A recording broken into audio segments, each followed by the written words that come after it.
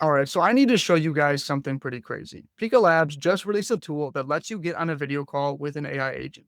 Not a chatbot, not a voice assistant, a full video call with an AI that's able to show up with a face, a voice, and it talks to you in real time. It remembers your context and it can do tasks with you while you're on the call together.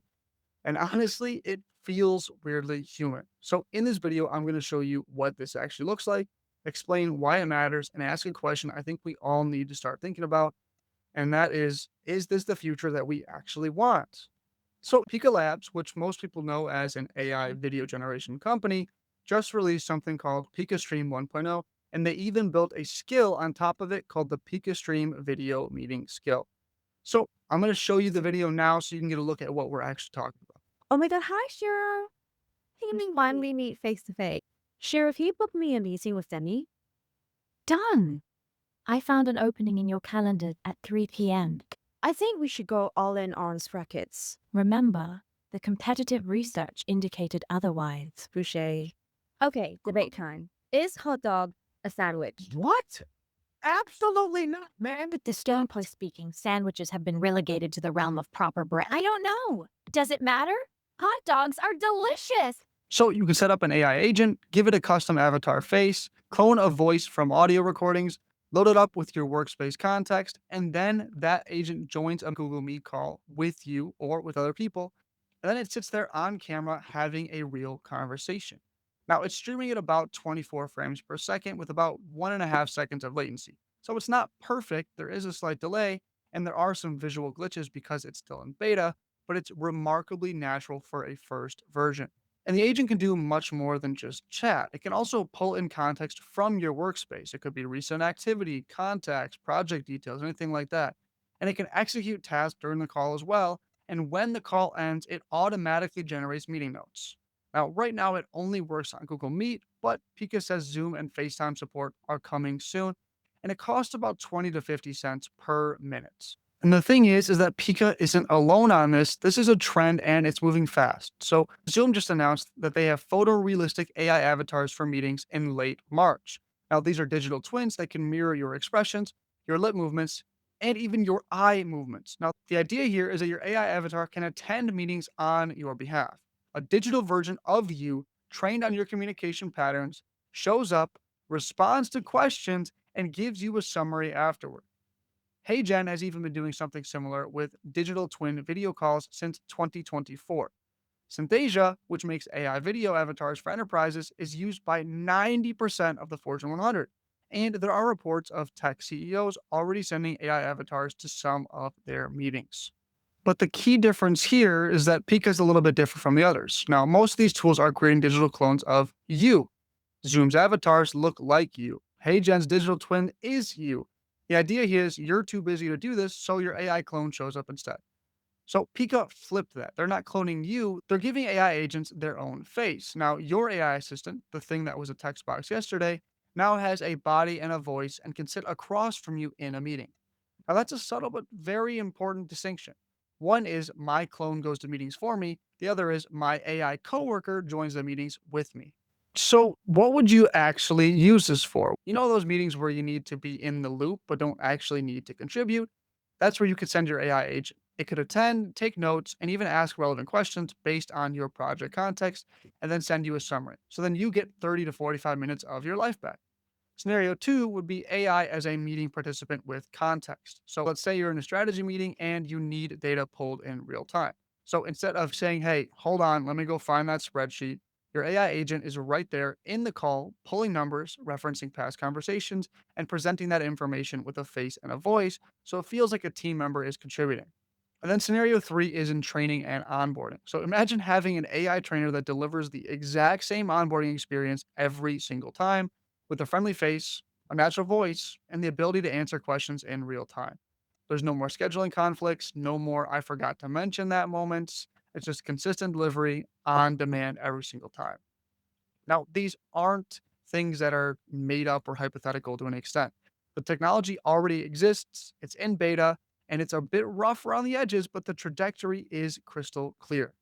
And I do think it's at least worth pausing to appreciate how fast this has happened. Now, 2 years ago, AI was just a text box. A year ago, it got voice. And now it has a face and can join your meetings. The progression from tool to assistant to something that feels like a coworker has happened incredibly quickly. As cool as this technology is, there are some questions that I think we need to sit with. The first one being, how do we know who's real? If AI avatars can join video calls and look and sound like real people, how do you know the person you're talking to is actually a person? Now, Zoom recognized this problem immediately, and they're launching active deepfake risk detection in April that runs in the background of every single meeting, analyzing video and audio for synthetic anomalies. If it detects an AI impersonation, it alerts everyone on the call. Now, that's good, but think about what it means when we need that technology at all. The second question is, when does efficient become dishonest? So let's say your boss sends their AI avatar to your one on one meeting. Is that efficient time management or is it just disrespectful? What if a salesperson sends an AI clone to a client call? What about a job interview where the candidate is an avatar, or even worse, the interviewer is an avatar? Now, I don't think there are easy answers here, and I think different situations warrant different norms. Sending an AI to an informational team stand up, is probably fine. Sending an AI to a sensitive client negotiation is definitely not. Now, the line is going to be different for every team and every culture. California is already thinking about this legally. SB 53, signed in 2026, introduces the concept of critical safety incidents for AI in professional settings, including harmful uses of synthetic media in the workplace. And the most important question is this the future that we want? If we can send AI agents to our meetings, should we? Because some meetings are genuinely a waste of time, and automating them could be a gift. But some meetings, the creative sessions, the hard conversations, and the moments where a team connects as humans, those are valuable precisely because real people are in the room. Now, I think the honest answer is that both things are true. Some meetings should be automated, and some meetings are sacred. The challenge is building the judgment to know the difference. All right. So, what do I actually think that you should do with this? Well, first is to pay attention to this trend. Whether it's Pika, Zoom, or someone else, AI avatars in meetings are coming. And it's not a question of if, it's more so about when. So, start thinking about how this could fit into your team's workflow or how to potentially completely avoid it. Second is having the conversation with your team now. Before the technology is everywhere, where would AI meeting attendance be helpful? Where would it feel wrong? Having these conversations proactively is way better than dealing with them reactively when someone shows up to a meeting and you can't tell if they're real or you feel disrespected because they sent over their avatar. Third is to try it if you're thinking this is something that you're curious about. Pika's PikaStream is in beta and costs 20 to 50 cents a minute. It only works on Google Meet right now, but it's functional. Give it a test and form your own opinion. The best way to have an informed take on this stuff is to experience it yourself. And look, I'm genuinely of two minds on this because part of me thinks this is pretty interesting.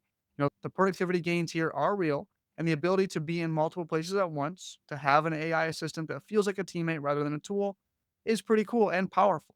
But another part of me wonders what we lose when our meetings stop being human, and that tension is worth sitting on.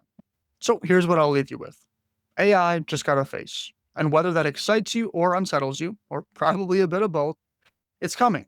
The businesses that think about this thoughtfully, that set the norms before they are forced to, that use it where it helps and protect the spaces where it doesn't belong, these are the ones that are going to come out ahead. If this made you think, I want you to hit subscribe because I'm going to be breaking down what's actually happening in AI every single week, the real implications for your work and your business.